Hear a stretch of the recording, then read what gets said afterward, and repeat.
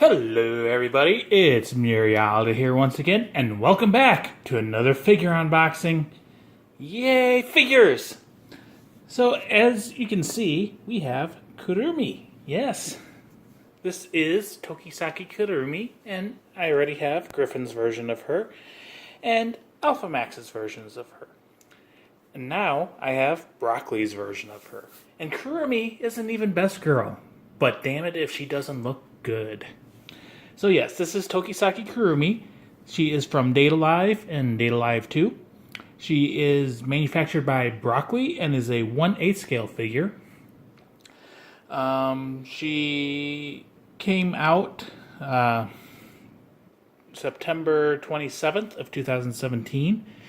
I bought her from AmiAmi, brand new, and I paid 14,410 yen, or about $132.22. So she's not a cheap figure. She's pretty dang expensive. We'll do a nice little spin around of her box. So there is the side. There is the back. There is the other side. There's the front again. There is the top of her box. And she has a plain, boring bottom. So, figure companies get their scales in a whack sometimes. I do want to say that Griffin's Kurumi is a 1/8 scale figure, and Alpha Max's is a 1/7 scale figure. And if we look at them, they really feel about the same size. And if this Kurumi was standing straight up, she'd actually be taller. So, some people may think this one's small, some may think it's large. Who knows? We shall see. We shall put these two off to the side and bring this one a little bit closer. So let's go ahead and get her open. So there is one piece of tape holding this shut. She did ship in a brown outer cardboard box and some tissue paper. So if you want to see that, you can look at the loot haul. So go ahead and pull her out and look at the inside. So it's got some red, pink, white. There's some illusionary gears. The bottom looks kind of like concrete or red concrete or something. So yay. Put that off to the side. And there is Kurumi in her blister packaging. So if we just look closely, there's her face. They have a little flat part for that. And we'll spin her around because that's what we do. So there is the side, there's the back, and the other side. And I'm looking, it looks like she's attached to the base. We shall find out for sure, because we actually have to open her. Yay! So you get the standard tape on the sides.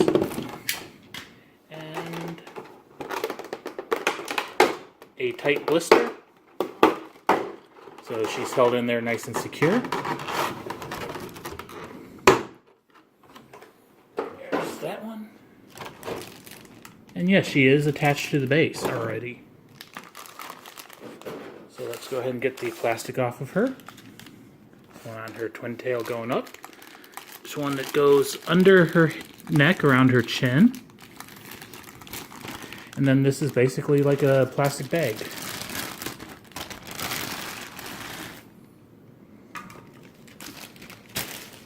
And that's all the plastic there is to her. We'll bring her a little bit closer. And we'll say focus. So I do notice right off the bat when I was opening her, if it'll focus on her, there are a couple chips right there on her maid fringe, whatever it's called. So boo to that. But there she is. Let's get her in the center, do a little spin around of her. So, and we'll push it back a little bit more. Get more of her in the shot. So yes, we'll do a quick little spin around, and then we'll get some close-ups. I do like how her dress actually feels like it has some weight to it and it's kind of just hanging flat in the front.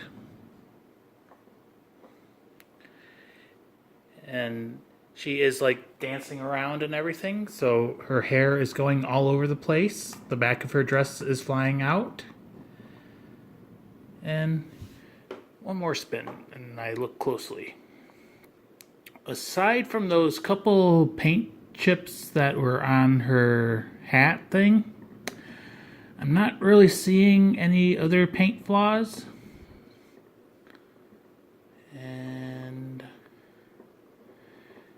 And there's one little thing maybe. So let's put this back and we'll get some close-ups. So there is her face. She is winking at us. Nice happy girl open mouth smile. She is showing us her clock eye. Her red eye unfortunately is closed, so we don't get to see that. But yeah, nice happy girl smile. Her ear has some details in it. I do like how the hair is flying like straight up. It's a nice it's a nice touch you don't usually see very often. And if we look closely at it, at the tips, it goes from black to red, which is a very nice touch.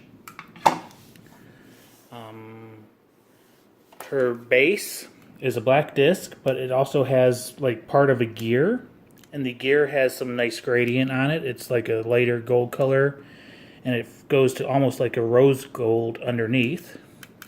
And she is standing on the gear. Her boots are quite shiny. Important questions are black, of course.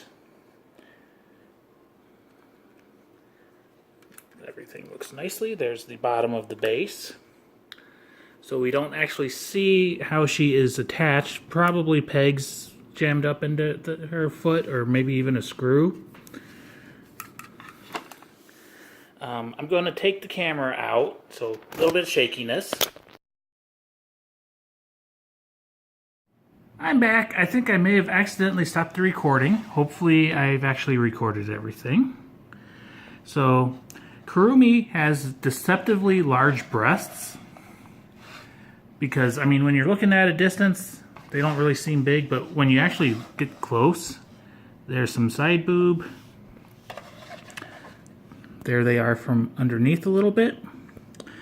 And unfortunately, they do appear to be welded together in the center, in the cleavage area, but it's kind of hard to see. It's not an obvious weld, so it could have been a lot worse. Her straps are a little bit more loose than Alpha Max's, so they are actually painted onto her skin. There is no strap gap. And they are also molded to her skin, and if you look very closely at the sides, you can see the little bit of raised flesh. But, I mean, the phone is literally an inch away from her boob, so you're not going to normally see that. The back of the hair is maybe a little bit flattish, but there is some sculpting detail.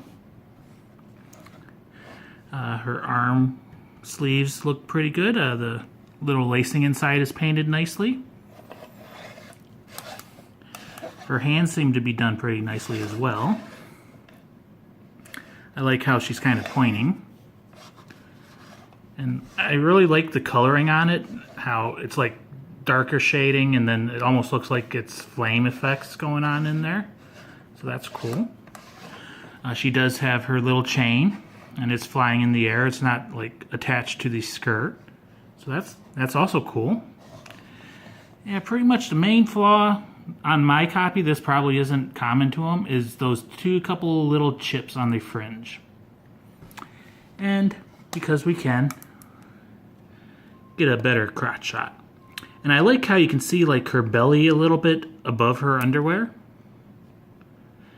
Let's see if maybe we hold her like this. Can we? Nah, we can't really get a good oh yeah, we can. Yep, she has her belly showing a little bit. Yeah, she looks pretty good. So I'm happy with her. Let's try to put the phone back in the little stand.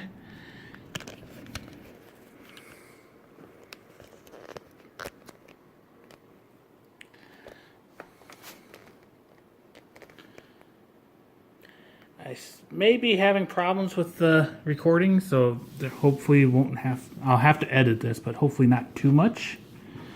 Let's bring them closer. Here she is compared to the Griffin Kurumi. Focus a little bit on him, maybe. So her face, I do feel, is a little bit more sculpted like Kurumi. This one is more a generic Griffin face. This was back in their generic face day. The dresses, this one is a little bit more orange. This one's a little bit redder. But they go together fairly nicely.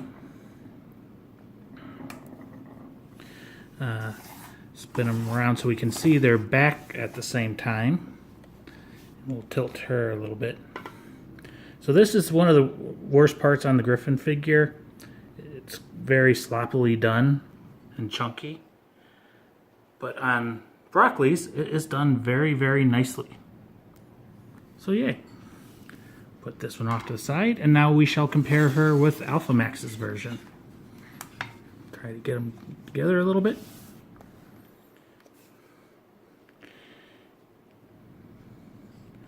So honestly, I do like Broccoli's better. I think the face just looks a little bit more like her. I do like the pose on the Alpha Max one though, and I really love the pose on Griffin's.